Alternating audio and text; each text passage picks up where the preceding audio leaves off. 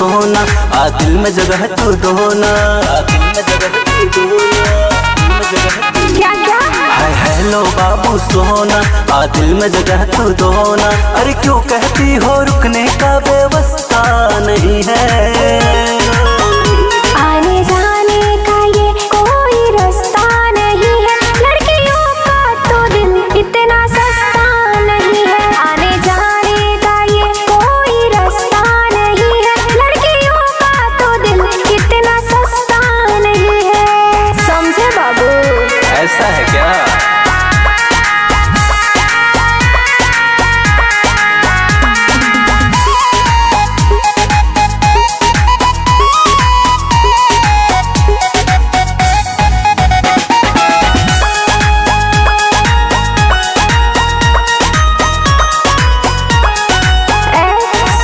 क्या है? दिल में एंट्री करते हैं, कुछ दिन जी भर के मरते हैं। तुम ही हो बाबू सोना, जुदा ना हमसे होना।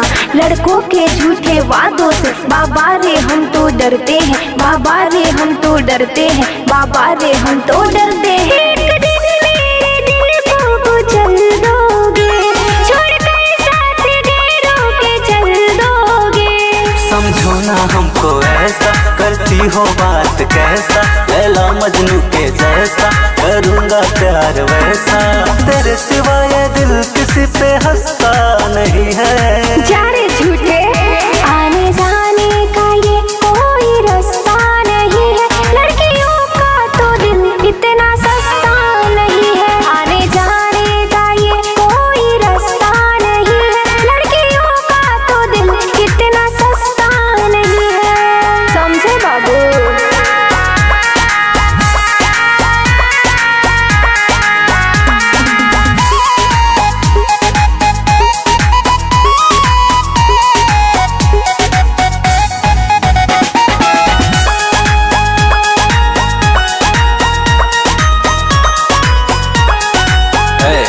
सुनो, प्यार मैं तुझसे करता हूँ, जी जान से तुझ पे मरता हूँ। हम जैसा आशिक ना खोना, लव यू तू मुझसे कह दो ना। कसम सनम तेरी यादों में दिन रात आहे भरता हूँ, दिन रात आहे भरता हूँ, दिन रात आहे भरता हूँ। जो हुआ सो हुआ वो ना लब होगा, जर जाओ दीवाने ना लब होगा। किसी न किसी की होगी, दिल तो किसी को दोगी। ऐसा ना हुआ है कि किसी की तो बनोगी। लाखों है फिर भी दिल को मेरे जचता नहीं है। ऐसा है क्या?